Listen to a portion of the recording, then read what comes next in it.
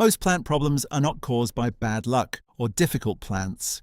They are caused by habits that feel like good plant care and have been slowly damaging your plants for months. This video covers every common plant care mistake, what it looks like, why it causes damage, and exactly what to do instead. You are almost certainly doing at least 3 of these. The most common plant care mistake in the world is watering on a schedule. Every Sunday, every 10 days, whenever you remember. It feels responsible. It is quietly killing your plants. A plant's water requirements change continuously based on light, temperature, season, and growth stage. The schedule that works in July is fatal in January because the plant's metabolism has slowed, the days are shorter, the soil evaporates moisture far more slowly. Water it on the same schedule and the soil never dries. Oxygen disappears from the soil. Root rot begins. The fix is to replace the schedule with a soil test. Before every watering, push your finger 2 to 3 centimeters into the soil. If it feels damp at all, wait. The calendar has no idea what season it is inside your home. The soil does. Putting a plant into a pot that is too large is one of the most reliable ways to cause root rot in a plant that appears to be watered perfectly. Here is why. Roots absorb water from their immediate area. The excess soil beyond the root ball has no roots drawing moisture from it, so it stays wet for weeks. That persistently wet, root-free zone is the ideal environment for the bacteria and water molds that cause root rot. The plant looks fine above ground. Below ground, the outer soil is never drying and the rot is establishing. Go up only one size when repotting, no more than 5 centimeters in diameter. The roots should fill most of the pot's volume. A slightly snug plant is significantly healthier than one swimming in excess soil. If this is already changing how you think about your plants, subscribe. New video every week, same format. Misting your plants does not raise humidity. It raises disease risk. The water from a mist spray evaporates within minutes. The humidity returns to exactly what it was before. The leaves are left damp. Damp leaves sitting in ambient air are an ideal surface for fungal spores to germinate. Powdery mildew, leaf spot, and botrytis all establish more readily on misted foliage than on dry foliage. The reason this myth persists is that it feels productive. It looks like care. But a hygrometer placed next to a misted plant shows the humidity spike lasts less than 10 minutes. If your plants genuinely need higher humidity, calathea, ferns, orchids, alocasia, 3 things actually work. A pebble tray with water beneath the pot. Grouping plants together so they share each other's transpiration. A small humidifier. All 3 raise humidity consistently without wetting leaves. Placing gravel or stones at the bottom of a pot to improve drainage is one of the most universally repeated pieces of plant advice, and it makes drainage worse, not better. Here is the physics. Water moves easily through fine textured soil, but when it reaches a boundary between fine soil above and coarse gravel below, it stops. Water molecules are attracted to each other and to the fine particles around them. They will not move into the large air gaps between gravel until the fine soil above is completely saturated. The potting mix above your gravel layer becomes waterlogged before any water reaches the gravel at all. The waterlogged zone has moved higher, closer to the roots. The only real drainage solution is a drainage hole at the bottom of the pot. Not gravel, not sand, not broken crockery, a hole. Standard all-purpose potting mix is not the right soil for most houseplants. It was designed for outdoor bedding plants that need to stay moist. In a sealed pot indoors, it compacts within 1 to 2 years, loses its air structure, and becomes a root rot machine. Succulents and cacti evolved in fast-draining mineral soil and need a mix that dries out almost completely between waterings. Cactus mix, or standard potting soil with 50% perlite. Orchids grow attached to tree bark in nature and need orchid bark, not soil at all. Tropical aroids need standard mix with 20 to 30% perlite added for drainage and airflow. Using the correct medium for each plant is not advanced technique. It is the baseline condition for the plant to function. Every other care decision is less effective if the soil is wrong. Fertilising is one of the most misused tools in plant care. Not because people use the wrong product, but because they apply it at the wrong time. Fertilising in winter when the plant is dormant means the nutrients cannot be absorbed. They accumulate as mineral salts in the soil, build up over months, and eventually cause fertiliser burn, roots dehydrating from the inside out as the salt concentration reverses osmosis. The symptoms look almost identical to underwatering, so people water more, which makes the salt concentration worse. Fertilizing a stressed plant, after repotting, after being moved, after root damage, adds chemical stress to physical stress. The roots cannot process nutrients while they are recovering. The salts accumulate and delay recovery. Fertilizing into dry soil concentrates the solution around contracted, stressed roots and burns the root tips on contact. Always water first, fertilize second. The 4 times never to fertilize: in winter, immediately after repotting, when the plant is stressed or sick, and into dry soil. Repotting is one of the most well-intentioned mistakes in plant care. People see roots at the drainage hole and immediately move the plant into a much larger pot, expecting rapid growth. The result is usually the opposite. Roots at the drainage hole alone do not mean the plant needs repotting urgently. Many plants are happier slightly root-bound. Pothos, peace lilies, spider plants all flower more readily with slightly congested roots. The real signal is when watering frequency has doubled, growth has genuinely stalled, or roots are visibly circling the surface. When you do repot, go up one size only, and understand that every repotted plant goes through a recovery phase of 2 to 6 weeks where above-ground growth stalls completely. This is not failure. It is the plant rebuilding its feeder root network in the new medium. Do not fertilize, do not move it, do not change anything. Wait. Most houseplants go semi-dormant in winter. Their metabolism slows, they stop pushing new growth, and their water and nutrient requirements drop dramatically. Caring for them in January, exactly as you did in July, is one of the most common causes of winter plant death. In winter, water significantly less. Some plants need watering only once a month or less. Stop fertilizing entirely. Accept that growth will slow or stop and resist the urge to intervene. Moving plants closer to windows to compensate for shorter days is the one active adjustment worth making. In spring, as day length increases and new growth appears, gradually resume normal watering frequency and begin fertilizing again. The plant will tell you when it has come back online. New leaves are the signal. Light requirements are the most misunderstood aspect of plant care because the language used to describe them is almost meaninglessly vague. Bright, indirect light, low light, medium light. These phrases describe a massive range of actual light intensities. The practical reality most guides skip. Light halves in intensity with every meter of distance from a window. A plant 1 meter from a south-facing window receives roughly 1/4 of the light of a plant on the windowsill. 2 meters away receives 1/16. By the time a plant is across the room, it is effectively in darkness from a photosynthesis perspective. The most common mistake is placing light-demanding plants, monstera, pothos, fiddle-leaf fig, too far from windows in the name of interior design, then wondering why they stretch, pale, and stop growing. The second most common is placing low-light plants like ferns and calathea in direct sun, where the intensity bleaches their chlorophyll permanently. Leggy stretch growth with wide gaps between leaves means not enough light. Pale bleach patches on upper leaf surfaces mean too much direct sun. Compact growth and vivid color mean the light is right. A pot without a drainage hole is not a pot, it is a bucket. Water has nowhere to go and accumulates at the base regardless of how carefully you water from the top. The lower root zone eventually becomes permanently saturated. The solution for decorative pots without holes: use a nursery pot with drainage holes placed inside the decorative outer pot. Water the plant, let it drain fully into the nursery pot, then place it back. Empty any water that collects in the outer pot after 30 minutes. The plant gets the drainage it needs. You get the aesthetic you want. Most people prune by cutting wherever seems convenient.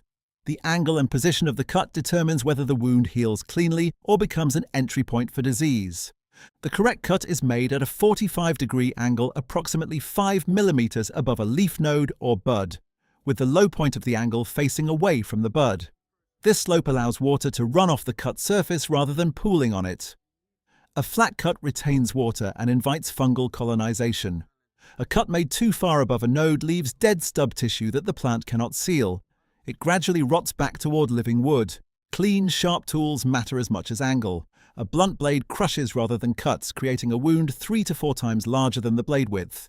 Wipe blades with diluted alcohol between plants to prevent transferring disease. The most damaging pest mistake is not using the wrong treatment. It is waiting too long to treat. Spider mites can go from a handful of adults to a colony of thousands in 2 weeks in warm, indoor conditions. A single female mite lays up to 100 eggs in her lifetime, and eggs hatch within 3 days.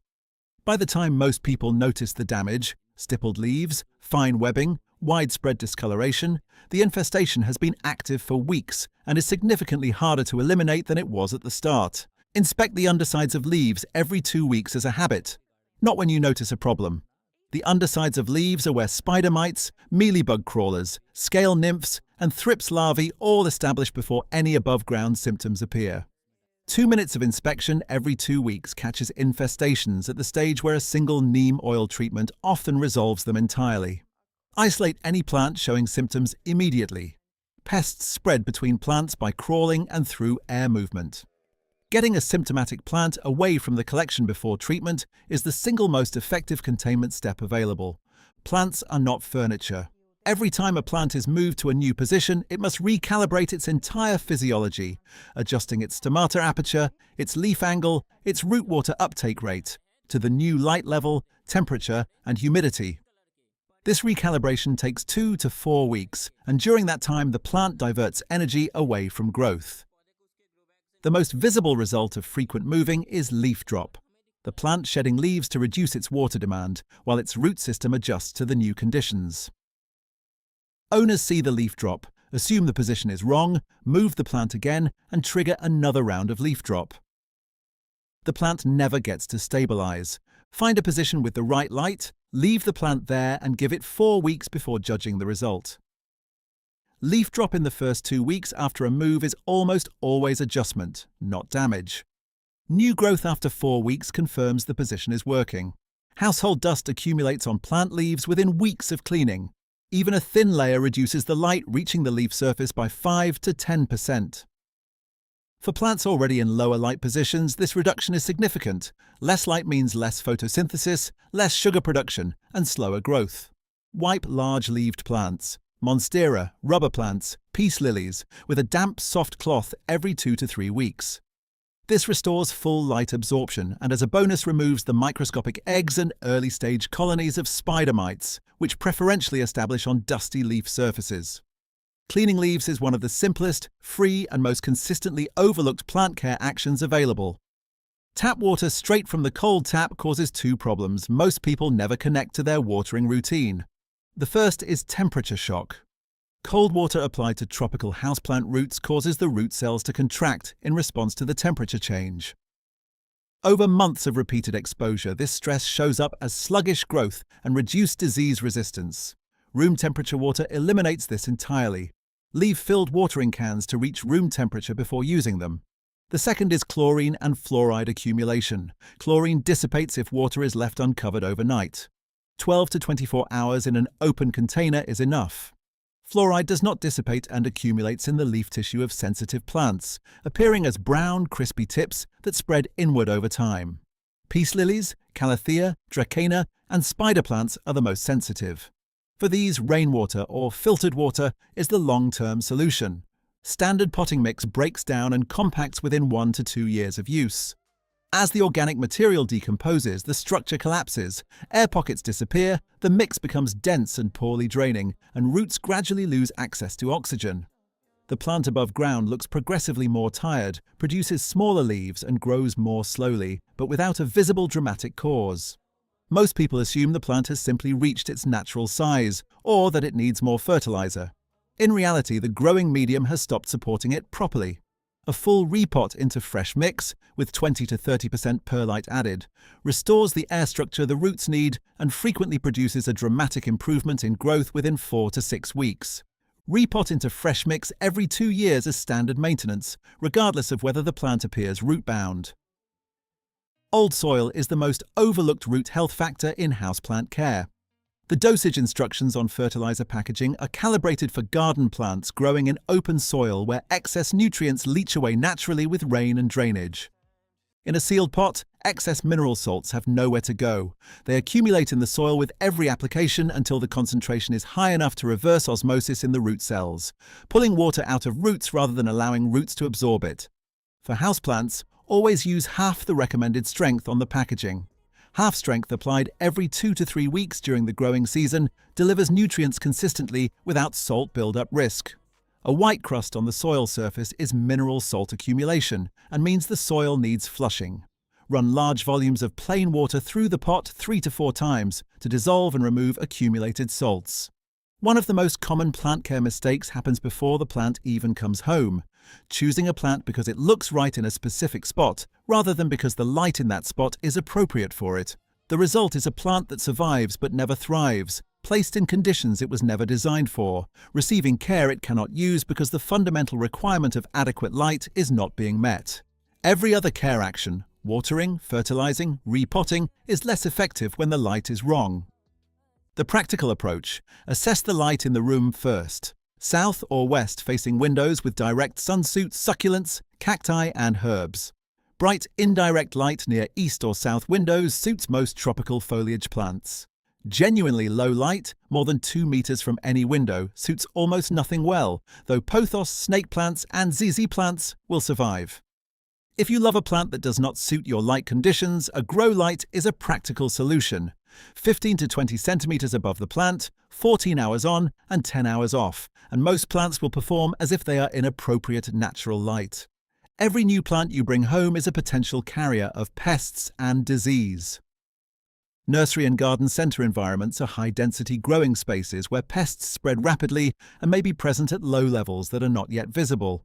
Quarantine every new plant for 2 to 4 weeks in a separate space from your existing collection before introducing it. Inspect the undersides of leaves, the stem joints, and the soil surface during this period. Any pest or disease present will become visible within 2 to 4 weeks as populations grow to detectable levels. This one habit prevents the majority of collection-wide infestations that require treating every plant you own simultaneously. 2 weeks of patience costs nothing. A collection-wide spider mite infestation costs weeks of treatment. The final and most underestimated plant care mistake is the most human one, responding to every sign of stress with an intervention rather than with patience. A plant that has been repotted and looks terrible 2 weeks later is almost certainly recovering normally. A plant that drops leaves after being moved is adjusting to new conditions. A plant that stops growing in winter is dormant, not dying. In all 3 cases, the most effective action is the same: stable conditions, appropriate but reduced watering, and time. The intervention instinct: move it, fertilise it, water it more, water it less, repot it again, disrupts the recovery process every time it is acted on. Plants that are left undisturbed in appropriate conditions during stress recover faster and more completely than plants that are repeatedly adjusted. The single most underused tool in plant care is doing nothing. Not neglect, stable, appropriate conditions without constant adjustment. Learn the difference between a plant that is dying and a plant that is adjusting and respond accordingly. 20 mistakes. Let's bring the most important ones together. Stop watering on a schedule. Soil test every time. Stop misting. It does not raise humidity. Remove the gravel layer. It makes drainage worse. Match the soil to the plant. Fertilize at half strength into moist soil during growing season only. 1 pot size up at a time. Inspect leaf undersides every 2 weeks. Quarantine new plants. Room temperature water left overnight. Fresh soil every 2 years. And the most important rule of all: stable conditions and patience. Most plants are not dying. Most plants are adjusting. Give them time before you intervene. If your plant is doing something specific right now and you are not sure which of these mistakes is causing it, describe it in the comments. I read every single one and I will help you figure out exactly what is going on. If this video helped, subscribe. Every week we cover a new plant topic in exactly this format, and the library is growing. You will not need to guess anymore.